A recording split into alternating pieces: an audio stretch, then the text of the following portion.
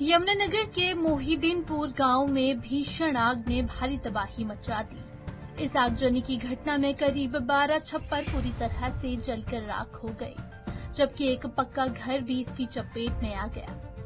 ग्रामीणों के अनुसार इस हादसे में लगभग 50 लाख रुपए का नुकसान हुआ है, जिसमें मशीनें, पंखे और कई कीमती घरेलू सामान जलकर राख हो गया।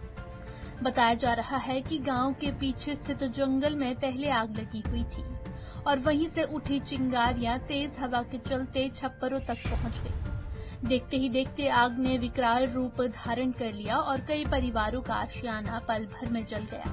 ग्रामीणों ने अपनी तरफ से आग बुझाने की काफी कोशिश की, लेकिन आग इतनी भयंकर थी कि उस पर काबू पाना मुश्किल हो गया। नुकसान तो काफी हो गया जी, 10-12 घरों का नुकसान हो गया जी। कितने कबूस था जी? बूस तो सही 4-4 किले का कल्ले का। कितनी देर बाद आग रुकी जी? 2 घंटे बाद। किसने रोकी जी? पसीना मसूना ही जी, गाँव वाले आए जी और पानी पुनी गिरा। तो ये खरीद रखा था जी अपना था जी? खरीदा था जी अपना, कहाँ से खरीद। किस टाइम लगी थी आगे? 2-2:45 बजे।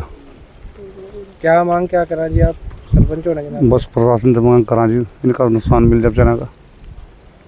कितने का नुकसान मान के चल टोटल जी? बहुत नुकसान तो सारे सामने भी, कितना बहुत नुकसान अभी।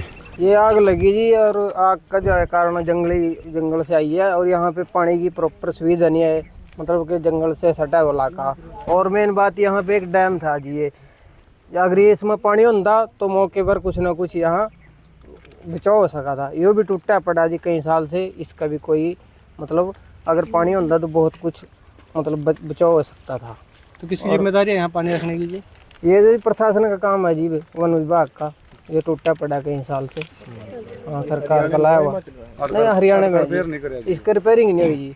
तो अब क्या मांग क्या करता है प्रशासन जो आपकी जो बात मांग तो सर जी ये है कि यहाँ पे हमारे एरिया में एक तो मेन समस्या यहाँ पे जो आग वाली जो गाड़ियाँ हैं, जो यमुनानगर खड़ी, वहाँ से इतना यहाँ तक आएंगी, इतना तो गांव जल का पूरा राख हो जा।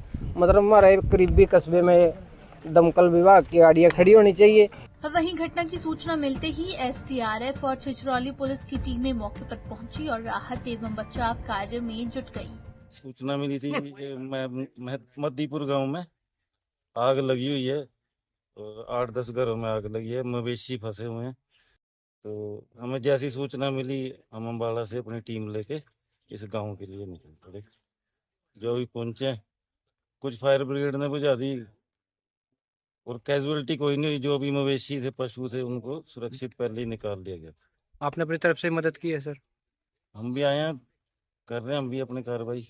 अभी मद्दीपुर गांव में ना आग की सूचना मिली थी, वहां पहुंचे थे और फायर ब्रिगेड बुलवाई है। जो यहाँ छन्ने छुन्ने थी वो जल गई हैं थोड़ी बहुत। जब वैसे कोई माल का और जान का नुकसान नहीं है। अब आग पे काफ़ी हद तक कंट्रोल है, लेकिन पुलिस हमारी अब भी खड़ी है। दूसरी जगह एक और आग लगी हुई है, हम वहाँ पहुँच रहे हैं अभी। तो तकरीबन कितना नुकसान है? नहीं, नुकसान का तो अभी कुछ नहीं है, ये छैन और घास फूस ही जड़ा है। माली नुकसान कोई नहीं है, जानी नुकसान कोई नहीं है। जो नुकसान माल का है वो सिर्फ घास का है। जैसे मशीन खड़ी थी वो जल गई, इनकी छन्ने थी वो जल गई। मकान में कोई ऐसी कीमती सामान नहीं उसमें जला।